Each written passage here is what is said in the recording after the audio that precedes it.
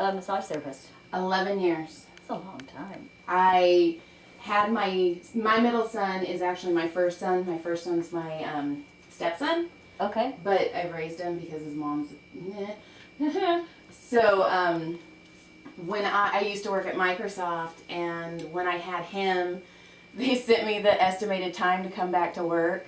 And I looked at my husband, I'm like, please don't make me go back. And he's like, well, what do you want to do? I'll just do massage school for a couple of years, and then something else will kick in. And that was 11 years ago. How about that? Yeah. Are you happy as a massage therapist? I'm happier now. I like the podcast. Yeah. It makes me realize how much I like the podcast more than real people. Yeah? Yeah. What do you mean? Well, because... Priscilla, shut up. Like, I know I am allowed to talk during the podcast. Where when I work at a chiropractor's office, and I can just be as nasty as I want, and I know I'm not going to offend anyone, and if I do, it's okay, you're getting a free hour massage anyway. But, you know, at the chiropractor's office, sometimes I have to behave, or some people want to go to sleep, which I understand, but that sucks for me. Right. Well, yeah, you kind of have to help a massage therapist, right? Yes. You have to be present. You have to breathe through pain. Yes. So I like this. And then, you know, I do comedy, which I really want to start getting into more. And then I have 6 books self-published. What? Because I'm a nerd. That's awesome. What are your books about? Romance. Oh, that's even better. It's so dorky. It's not dorky. It's not dorky at all. They're great. So I guess I should say that I have LeeAnn Kreischer on the table now. I always forget to do that. Our dog Priscilla is stalking you, pushing on her. She's like, wait, hold on. Are we getting massages? She's my dog. She may be a little protective. She's so if you need to put her outside, No, that's fine. you put her all the way in the house because she'll just knock on the door. We have a Basset Hound pit bull that's... No way! Yeah, got a big head. Oh, but that's adorable. Oh, he's crazy. His name's Farley. Does he have pit bull legs? He has Basset Hound body, pit bull head. What legs, though? A Basset Hound. Oh, my God. He's so short. He's adorable and can barely get on the couch. Wait, let's go back. Can we talk about the fact that sometimes people don't bathe? Oh, yeah. So, you know, one time I got a massage. I'd gotten off a plane from South Africa, and LeeAnn booked me a Burke Williams massage. Oh. No, maybe it was, yeah. And I went straight to the massage, and the lady got done, and she goes, you know, sometimes you can shower before you do the massage. And I was like, oh my God. So you're guilty. I was so guilty of it. Yeah. That's Bert Kreischer, everybody. This is really... I can't believe people would not not shower. I can't believe I would never. I had been on a plane for 33 hours. I mean, I've done some swamp ass before. I've done some times where I, like, lift the sheet and I'm like, oh, that's green gas coming out. Oh, my God. But I would never say anything. Like, I pull, you know how people have the toilet, like I call them ass gaskets, the toilet cover things that you use in public restrooms. Yeah. Yeah. I've had to pull those off people's naked butts. What? Because they don't realize it's on. What? Oh, yeah, that's very common. Yeah. Common. I used to have a joke about that. That I got up. This is when Georgia was a baby. I forget how this went. Maybe you had said it, LeeAnn, or Georgia said it. It was when she was a baby, and I was getting in the shower, and she went, Dad. She was like, must have been. And I guess I was like, oh, sorry, because I was naked. Uh-huh. And she went, no, Dad. And I looked, and that little thing had cotton candied itself to my ass. What? It adheres. Yeah, it adheres. I had taken a shit and forgot I put it down. And I went up, and I've been walking around all day with it on. Yeah. Oh my God, that's so gross. You're not the only one. Yeah. No. That is all day. And you just have to peel it. That's not okay. It's not. It's just, I don't know. And I think maybe that's another reason is because, like, at least the podcast, you guys see me as human. And a lot of people get really excited when I'm like, hey, you want to be on my podcast? I'll massage you. Where other people are like, oh, my insurance is paying for this. I can treat her as bad as I want. This might be my favorite podcast I've ever done because I can sit here and do all my work and still be on the podcast. Like, I wish I had more podcasts like that where you could come in and go, "Oh, I got to book a flight to Phoenix." Yeah. But you know, that's really a bigger conversation than just you. I feel What are you like talking about? they don't treat her like a human. They don't see her as a person. Yeah, we're talking about me. We had pivoted. Well, I'm staying on topic because I know I always make sure when I go to like Target or Ralph's that I love that you just pick the places where people don't feel like they're human. You just went through and you're like, where all the non-humans work, like Ralph. no, that's not what I mean. You know, and like my this man. But I Completely watched- ignored Walmart because that's valid. They're just No, like, yeah, that's. my point is I watch people in front of me check out and completely disregard the person who's ringing them up. I know. And I go, that's not cool. They're a person just like you are. They just happen to be ringing up your what you're buying. So you have to look at them and say, you know, good morning, how are you today? Well, because it's just common human courtesy. It's just like a drive-through. Like, I have my husband trained, you know, can I get a blah, blah, blah, please? And then at the end, he says thank you, and I train him. LeeAnn did that shit to me. She He's the worst. No, I'm not the worst. But well, you're much better now that I've trained you. I was being short with people that I didn't mean to be short with. I just was not being as I was scooting past them. If that makes sense. And it started with this girl Carmen on my buddy Cowhead's show, Mike Calta. She got drunk one night on a cruise and said she didn't like me, and I got fucking pissed. And I go, "What do you mean you didn't like me? I'm the nice guy in the world." She goes, "No, you're rude as fuck. You call up and you go, 'Is Cal there?' Yeah, let me talk to him." And then LeeAnn heard me do it and goes, "That is rude." And I went, "What do you mean?" But I was being to the point and short. Yeah. Just going like, "I'm calling to get." He was trying to be efficient. Yeah. Yeah, that's it. But it was just straight up rude. And then I realized that I don't want to pander and go like, "Hello, how are you doing today?" But it just to take 1 second to make everyone feel like you're human. And what's crazy is I do that aggressively to strangers. Like, if I see someone, no, I mean the other side, like be friendly. If I'm at Gelson's, I almost play a game if I can make people smile, because I feel like that's part of the reason I got into stand up. Yeah. And LeeAnn's like, "You're so good with strangers, but then people that you interact with on a daily basis, you're so short with." And called me on it. You're right. Like, fixed me. You know what, though? I get that because my doctor, like 5 or 6 years in, he goes, "You know, Joy, when you walk in here, you don't say hi or good morning." And it just surprised me. I'm like, "I don't?" And he's like, "No, you walk in," and I go, "Probably because I'm thinking about the thousands of other things I have to do today. And you haven't given me," no, I would have to edit that part out if I say that they haven't given me a raise in 11 years. But Well, I'm not editing the video, so it's in. So, That's just a fact. Yeah. yeah, It's a fact. It's not an opinion. Yeah. It's a fact. although they are getting a little nervous because of the people I'm booking on the podcast. They're like, "Wait, what?" And I'm like, "Oh, I have a show now." And they're like, "Are you gonna quit?" I'm like, I don't know. Maybe one day. So tempting her to quit It's all very the time. easy to talk to her on the podcast. I talk too much. No. I talked to this girl. You know mean what's in a great? massage? Can we talk about the elephant in the room, which I'm sure every comic's talked about, but I am so overtly letting her know that there is nothing sexual going to happen that I think I almost make her think I'm trying to get sex. Like, I'm so over the top of going like, "Just so you know, I'm not wearing underwear. I just want you to know that," because I don't. There was never like I wasn't a massage guy growing up, and I started getting them when I met LeeAnn. Yeah. And LeeAnn's like, "Yeah, you just go naked," and I was like, "Okay," but I'm always like, "Just so you know." I can't imagine the type of human being. I gotta be honest with you.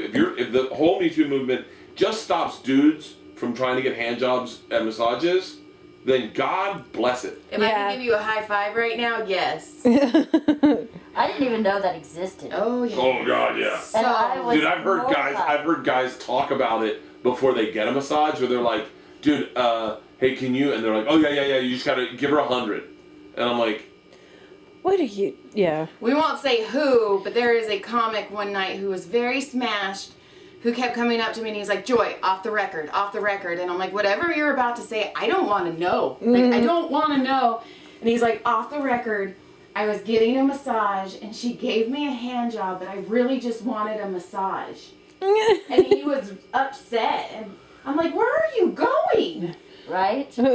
Stop there. And then now he ignores me because I think he realized, oh, maybe I shouldn't have told her I got her a hand job, or I got a hand job, and my girlfriend, she knows very well, so Uh-oh. we don't talk anymore. Aw, that's too bad. It's okay. There's a comic, I won't say his name, but he was talking about, he was like, he always went to this place to get hand jobs. He was telling me about it. I've never, not that I'd out myself now, but I've never done that. I have a problem with confrontation. So that if someone said no, that would destroy me forever. So like I think that's the problem inherently in that. But he said he went in one time and they were like, and the lady was like super nice and like, can't believe you're here today. And then gave him a hand job, and then she goes, it's crazy, we don't have a lot of Jewish clients today. And he goes, why? She goes like, oh, today's Yom Kippur. No. He's like, oh, I got a hand job on the Day of Atonement? How come I It's the can't best hold day, this no? thing? It's great timing. There you go. Yeah. You're all something for next year. Oh my God. I didn't want to wait for the forgiveness, so I'll just do it on the day. One of the very first jokes I wrote for comedy was about happy endings. And it was basically like, I don't know, like, do you do it at the end of the massage? And what if he doesn't come and I'm busy and I've got another client who's coming in? Like, do I pat him on the back and say, like, maybe next time? Like, I don't. Oh, yeah. I don't know. Whatever. Or if they come too fast, like, do you, like, give them their hour again? Like, hey, just roll over and I'll rub your back some more. Like, yeah. How awkward. Yeah. Well, I think I would assume the hand job goes at the very, very end. But how much time do you give it? Oh, yeah, I don't know. Oh, that's a good point. Yeah, I they're guess you gotta timed. get good at the hand job so you Right. can, you can And then my, like, other joke that I wrote was, you know, I don't give hand jobs because workers' comp doesn't cover tennis elbow. ha And I'm like, and I need my money makers. All right. Let's see. There's so many things I wanted to talk to you about. I was listening to your podcast. I was watching it. And the one where you have the girls on, the last one you had the girls on, Yeah. made me fall in love with you. Me? Yes. Why? Because you guys were talking about the book Paper Town. And you were just giving them shit, and it cracked me up because I do the same thing with my kids. Yeah. Where they're like, Mom, stop it. Mom. And I just keep going and going until they're just like, oh my God, where's Dad? Yep. It's fun. It's fun to do that, right? It's fun. That's what they're there for. Fun to bat them around a bit. Yeah. You gotta make them, get ready for life. You know, sometimes I feel like I'm just always the police officer. Mm-hmm. And so sometimes when an opportunity like that comes up where I can kind of razz and, I don't know, have a different relationship than, hey, have you done your homework? Have you put away your laundry? Why haven't you done your chores? What do you mean you have softball again? What? Uh-huh. Constant. So that was a moment. It's fun though. It is fun. I love being a mom. I didn't think I would be a mom. I didn't think I would be a mom either. I that wasn't in my plan. But Yeah, mine either. I'm really glad it happened because I think I've really enjoyed it. It's fun. See, I don't have girls though, and that makes me sad Yeah. because my mom and I are super close, and I'm not gonna have. I'm gonna be the consummate mother-in-law, and There you that go. scares me, especially if we have girlfriends and wives. Like my oldest son's girlfriend, Yeah, why? I don't like her Why? because she doesn't like me. But why? She rules his life, and he has abandonment issues because his mom is insane. And so as soon as she was like, I love you, everything went to her. Like my son's whole life went to her. Is this his first love? Yes. Okay. Yeah, they just graduated high school. It's bad. And I liked her in the beginning because in the beginning she like got her pilot's license and she was going to night school and I'm like, ooh, girl power, hell yes. And now they don't do anything except stare at each other and smile, and it's gross. Probably talk about how awful a person I am. So. Well, what's his plan? Is he going to college or is he going to community college or flight school? When he was in flight school, he was going to be a pilot too. When he was little, so I was in his life from 3 on, he always wanted to be in the military. Mm-hmm. To the point where every Halloween he was Will you let that dog in? Oh, baby. She's gonna fucking bark at LeeAnn the entire time. LeeAnn sets it up so that everyone in her life needs her. Frustrated. I don't set it up like that. I have a lot of needy people. I do the same thing. Hi, Mona. Hi, Hi, baby. Mona. Oh. Hi, baby. Yeah. Mona, you're not gonna just sit under her face the whole time. Come here, Mona. Get up on the couch. Watch me, Dad.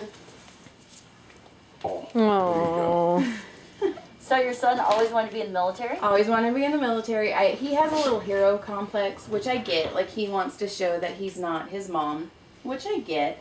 But when he got his girlfriend, her dad is a firefighter. Mm-hmm. And so now he's going to be a firefighter. Okay. Which is okay, but I hope he's happy with it. Because it's all you want is them to be happy with their decision, don't do drugs and stay off the pole, which is pretty easy for me because I have boys. But, I don't know.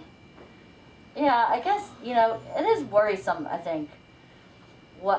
Just for them, you just want them to be happy. You do. I just want my kids to be happy. Isla, our youngest, was, for some reason, has started thinking about high school already. She's only in 7th grade. Mm-hmm. It goes fast. But last week, she asked me, she has a best friend from kindergarten named Lily. And she said, can we go look at Lily's school for high school? And I was like, well, Lily, I didn't say this to Isla, but Lily is like a gifted student. She's a typical learner, really, really bright. Okay. And Isla's really, really, really bright, but she's dyslexic. So she's not a typical learner. Uh-huh. Learning is really hard for her. That's not true. Learning's not hard for her.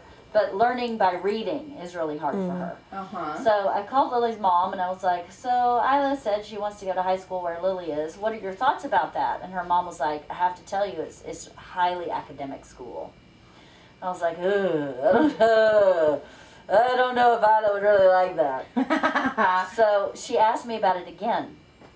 And then she said, this was last night after Bert and Georgia had left for the daddy-daughter dance. She was like, I like the idea of that daddy-daughter dance. I like a lot of what's happening at Louisville.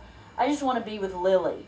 So I kind of broke it down for her. I was like, we can totally go look at Lily's school, but Kathy said it's a really academic school. And my job is to make sure you're happy. Yes. Because you're going to learn everywhere. But do we put you in an environment where every class is so challenging that you are exhausted and you're not enjoying yourself, or do we put you at a place that's a little more moderate? So let's go look at it and see and make a decision based on that. Because we can still see Lily all the time. But I would hate for you to go to her school and just be completely bogged down with schoolwork. And I was explaining to her the differences in the two schools, and she was like, okay, I kind of get it. I don't want to be unhappy there either. I was like, oh, thank God, thank God. Right. We'll still go look at it, totally fine, but I just want her to be happy. Mm-hmm. And the school she's in now, she still struggles, but she's so happy. Mm-hmm. So then you go, well, then that's where she should be. Exactly. In high school, you want them to have fun, because after high school, they get kicked out in that world, and they're like, here, decide what you want to do for a living. Yeah. Here, it's forever. Yes. It's really not, but it's not. That's what everybody makes you think. It does. It's very pressure. There's a lot of pressure. A lot of pressure to make a decision. How in the world do you know at 18 what you want to do forever? Mm-hmm. I think it's a rare person. I agree. Bert knew what he wanted to do, but not at 18, but 26, I guess. But not everybody's like that. No. See, I wanted to be a physical therapist. Did you? I did. But I dropped out of college because I met a guy online and moved to Texas. Okay. Because I'm a bright human being. No, don't say that about yourself. But it just took me 5 years. 5 years ago, I decided, I was like, that's when I published my book. Yeah.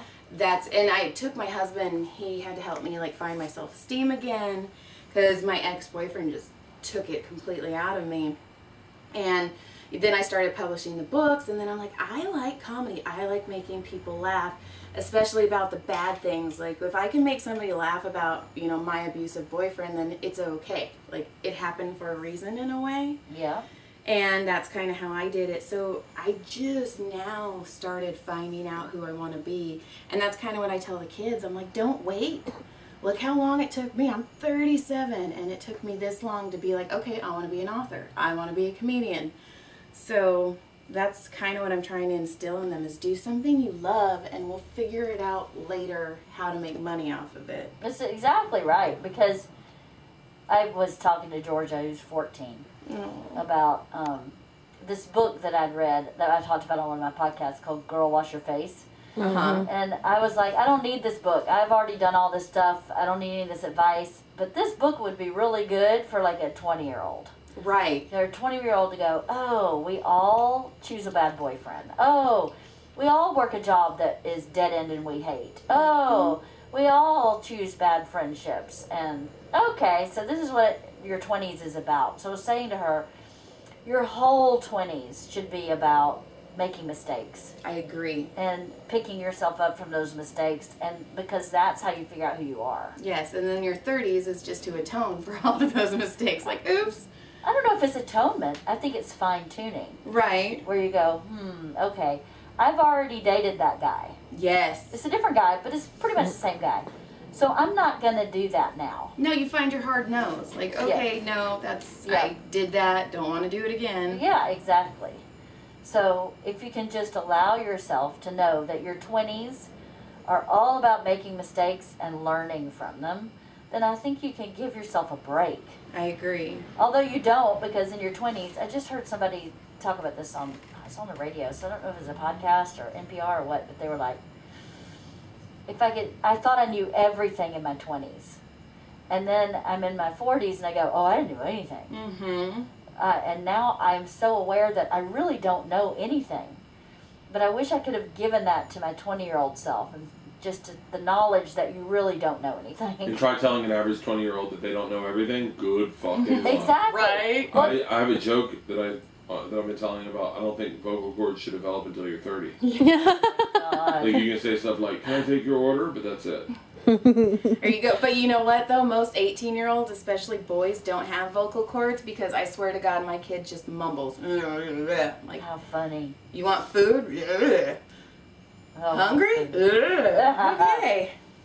You're going out with your girlfriend. Sounds like Eileen in the mornings. And then there's that line in Willy Wonka and the Chocolate Factory, the one with Johnny Depp in it, where he goes, "It makes me sad when you mumble." And that's kind of the staple in our house. It makes me sad when you mumble. Like, what are you saying, child? Communicate. No. But you know what, though? Around the 20-year-olds who are open micers, it makes you see that they don't know anything, and you don't want to be around 20-year-old open micers for the rest of your life. It's just really hard to have an opinion about things. Well, I mean, stand-up is so... Hey, shut the fuck up. It's the air brakes. Stand-up is so important right now, and so many people are looking to it for answers, and then you look at these 20-year-olds, and their job is to kind of like try to do what Rogan and Burr are doing, you know, where they're talking about life and dissecting it. Mm-hmm. That you're just like, you're not ready to do that. Just I gotta be honest with you, I'm not ready to do that. I think that's why I talk about stories in my life, even if it is about buying a gun. Mona, shut the fuck up. You're so lucky you live with us. And so, but like, I just find it easier to tell the story of your experience than to try to dissect politics. Yeah. Because it's so. But you see these kids trying to dissect politics. Maybe it's refreshing to see a child look at. You know, it's like that old story. You ever hear that old story about a truck got stuck in the Lincoln Tunnel? Yeah. Trying to go through the Lincoln Tunnel and got stuck, and they couldn't figure out how to get it out. It was stuck, like it drove in and got stuck. Okay. And they couldn't figure out how to get it out. And this, by the way, I'm certain I am quoting. This story is from a movie that never really happened, and I'm telling you a story that happened in a movie. But No, it happened. I know this story. they told him this little girl was like, "What if you deflate the tires?" and they were like, oh yeah, I guess we could do that.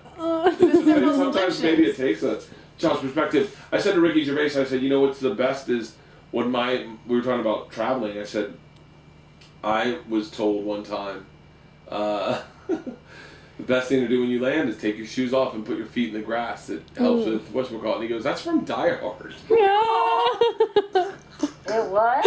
Yeah, it's from fucking Die Hard. But if you think about it, it came from somewhere because I know a lot of the stuff like I put in my books or like scripts and stuff that I write is from real life. Yeah. You know, so somebody's grandma probably said that and they're like, oh, we should put this in the Die Hard movie. And then the grandma's like, I should get writing credit for that. Speaking of writing, did you always want to be a writer? Like when you were Isla or Georgia's age, did you think that you wanted to be a writer? No, but I was always good at writing. I wrote a short story in 7th grade, and it went to the state finals for creative writing. So I was always really good at expressing myself in writing.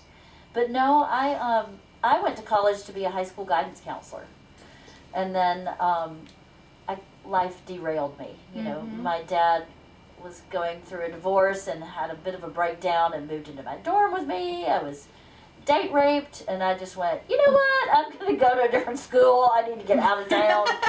So I changed my major to finance, and I hated it. I was really good at math. I have one of those weird brains where I scored the exact same score on my SAT for math that I scored for English. I have the same exact score. Okay. wow. So I have the weird brain that does math and creativity. So I was like, well, I'll just do finance because you always get a job in finance somewhere. And the school I went to, I didn't like their psychology department. So I had to choose something else. And I was so unhappy that my mom was like, you should take an acting class just for fun. So I did that. And in my acting class, the woman in Atlanta said, you're actually really talented. You should go to New York and study. So I did that. I went to New York and studied acting very seriously for a couple years. And when I was done studying, I couldn't get hired. So I started writing my own stuff so that I could act. Yep. So that's how I started writing. And then when I moved to LA because New York is a hard town to live in. I enjoyed the 4 years I lived there very much, but at a certain point I started feeling really claustrophobic because I grew up, in Georgia, which is so green and open, and New York is not. And I was like, I'm just going to give LA a shot. And if I don't like it, I can always go back to New York, but I'm gonna give it a shot. And I came out here and talking about learning yourself, in my 20s, I thought I'd be, an actor. And I got out here and I was like, I'm really not good at self-promotion. I'm really not good at saying, I am the best person for this role. I'm really good at saying, yeah, she'd be great also. And she would be great also, so I'm not going to fight for the role. It's either mine or it's not. And you can't survive like that in LA. No. So I just went, you know what, I'll just go back to writing. And I acted while I was here.